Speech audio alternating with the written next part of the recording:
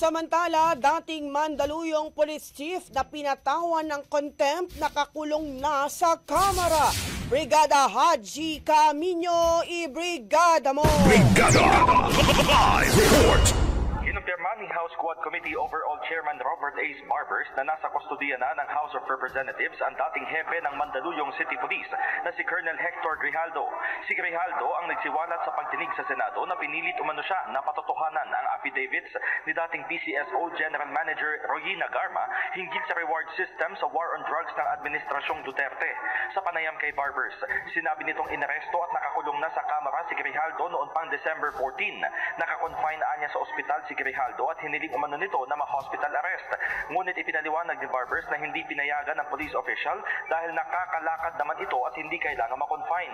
Dahil dito ay nakipag-ugnayan ang Quadcom sa Sergeant at Arms upang ipatupad ang contempt order. Mapabatid na sa nakalipas na pagdinig ng Quadcom ay pinasight in contempt si Grijaldo dahil sa patuloy na hindi pagsipot sa investigasyon. Sinasabi nga ang idinadaing ni Grijaldo na karamdaman ay ang rotator cuff syndrome.